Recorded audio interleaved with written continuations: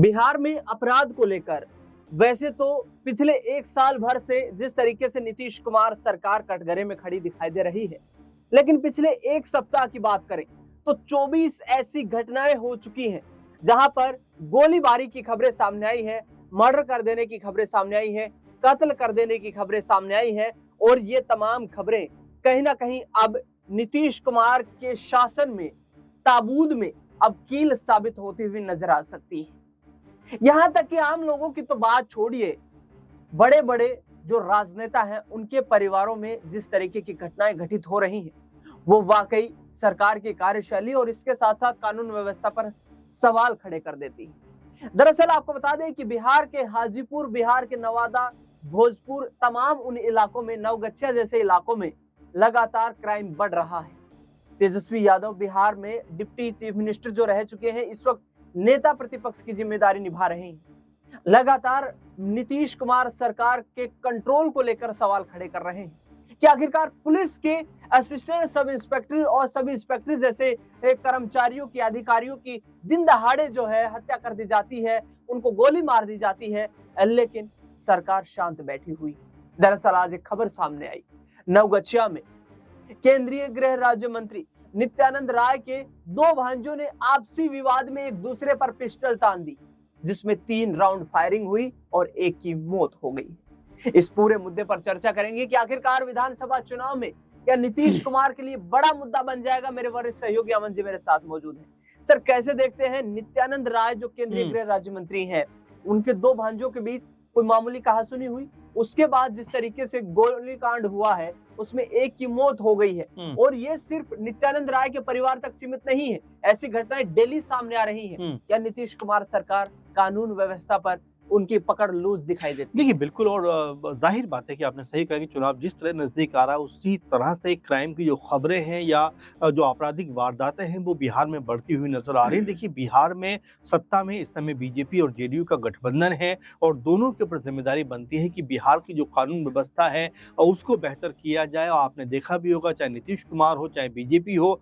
अक्सर लालू यादव को जंगल राज के नाम से पुकारते हैं, जंगल राज को कहीं ना कहीं कहते हुए नजर आते हैं। लेकिन जरा आप देखिए, इन्हीं 10-15 दिन की बात करें तो एक के बाद एक जिस तरह से हत्याओं के मामले सामने आए हैं, लूट के मामले सामने आए हैं, वो ये बताता है कि क्या अब अपराधी बेखौफ हो गए हैं बिहार के अंदर। आपने देखा कि होली से ठीक पहले एक एएसआई की हत्या हो जाती है, उसके ठीक होली के दिन भी एक एएसआई की हत्या हो जाती है। पुलिस कर्मी भी अब बिहार सरकार में या बिहार के अंदर सुरक्षित नहीं है, तो सवाल जाहिर बात है कि उठते हुए नजर आएंगे। तेजस्वी यादव जिस तरह से हमलावर होते हुए नजर आ रहे हैं वो अपने आप में ये दर्शाता है कि जिस तरह से आप बिहार की सत्ता को लेकर 15 साल जो लालू यादव का राज रहा, तमाम सारे सवाल खड़े करते हैं, लेकिन जब अपनी सरकार पे कह सकते हैं इसको लेकर निशाने साधे जाते हैं तो कहीं ना कहीं अपना दामन बचाते हुए नजर आते हैं और फिर वही 15 साल पहले की घटना को याद दिलाते हुए नजर आते हैं। तो आखिर अब अगर आप पद पर बैठे, पीछे की कहानी क्या है, क्यों इतना कमजोर जो है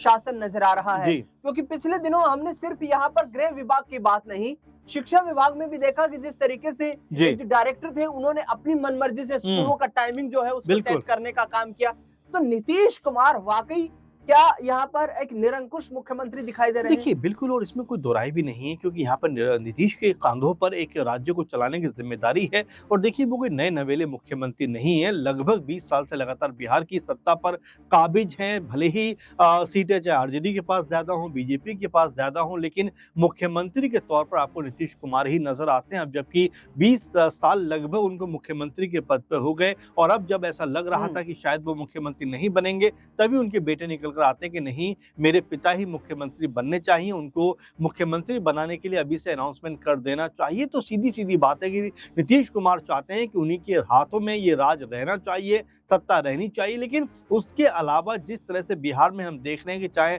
हम शिक्षा व्यवस्था की बदहाली देखें या कानून व्यवस्था की बदहाली देखें, तमाम तरह से कहा जाता है कि बिहार में शराबबंदी है, लेकिन जब वीडियो सामने आते हैं तो वहाँ पर अधिकारी से लेकर नेता और तमाम ऐसे लोग नशे में धुत दिखाई पड़ते होते हैं, विधानसभा में इसको लेकर चर्चाएं होती हैं। तो समझ में यही आता है कि दिखावे से परे अब नीतीश कुमार को शासन व्यवस्था को दुरुस्त करने की जरूरत है, क्योंकि देखिए 5-6 महीने चुनाव को रह गए हैं। तो ऐसे में अगर आप इसी तरह की ढील और इसी तरह का ढीला ढाला रवैया अपनाएंगे बिहार के अंदर, तो लोग जो अब तक आपको मुख्यमंत्री बनाते हुए आ रहे हैं वो आपको सत्ता से बाहर फेंक सकते हैं। और यही बात लगातार बीजेपी को भी खटक रही है कि कहीं नीतीश कुमार की वजह से उनके हाथ से सत्ता ना फिसल जाए, क्योंकि तेजस्वी को लेकर दिनेश जी ऐसा लग रहा है, आप देख रहे हैं तमाम सारे सर्वे भी सामने आ रहे हैं जिसमें तेजस्वी यादव मुख्यमंत्री के तौर पर सबसे लोकप्रिय फेवरेट चेहरा बनते हुए नजर आ रहे हैं। लेकिन अमन सर, यहाँ पर एक बड़ा मुद्दा ये है कि तेजस्वी यादव ने हाल ही में एक प्रेस कॉन्फ्रेंस की। उस प्रेस कॉन्फ्रेंस में ये कहा कि महिलाओं के साथ जो अत्याचार हो रहा है वो भी कहीं ना कहीं एक बड़ा मसला बिहार में है। वाकई में क्या 50% जो आबादी है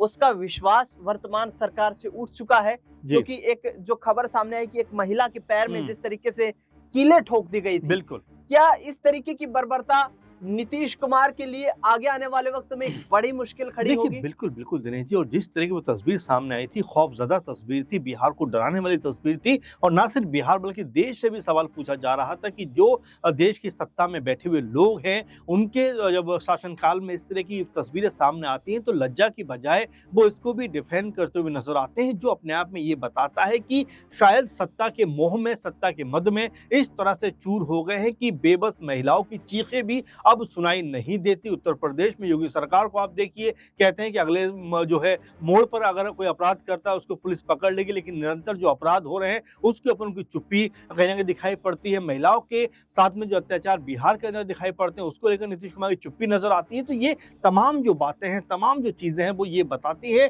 कि बिहार में जो सुशासन बाबू के नाम से बैठे हुए मुख्यमंत्री नीतीश कुमार है, और जबकि बीजेपी भी उनके साथ है, तो क्या दोनों मिलकर, जबकि कहा भी जाता है दिनेश जी की डबल इंजन की सरकार, क्या ये दोनों इंजन फेल होते हुए दिखाई पड़ रहे हैं? क्योंकि अत्याचार के मामले में जिस तरह से लगातार बिहार से खबरें आ रही है और जिस तरह से आपने ये शुरुआत की थी कि नित्यानंद जो केंद्रीय मंत्री हैं उनके घर परिवार के अंदर जिस तरह से वारदात निकल के सामने आती है, दोनों उनके जो भांजे एक दूसरे के ऊपर पिस्तौल तान देते हैं, गोलीबारी होती है, उसमें एक की मौत हो जाती है, अपने आप में ये बताता है कि जब इतने बड़े रसूखदार परिवारों में बिल्कुल घटनाएं घट रही तो एक आम परिवारों में क्या हाल हो रहा होगा, ये अपने आप में बड़ा सवाल बनता है। लेकिन नीतीश कुमार जो है इन सब सवालों पर जवाब देने के बजाय 15-20 साल पहले की बात करती हुई नजर आती है, लालू यादव के ऊपर उलझुल बयानबाजी करते हुए नजर आती है, जिससे अब उनको ऊपर उठना चाहिए, क्योंकि सत्ता की कमान अब आपके हाथों में है। अगर आपके राज में अगर इस तरह की चीजें होंगी तो जाहिर बात है कि जनता बेबस, परेशान, लाचार दिखाई पड़ रही है,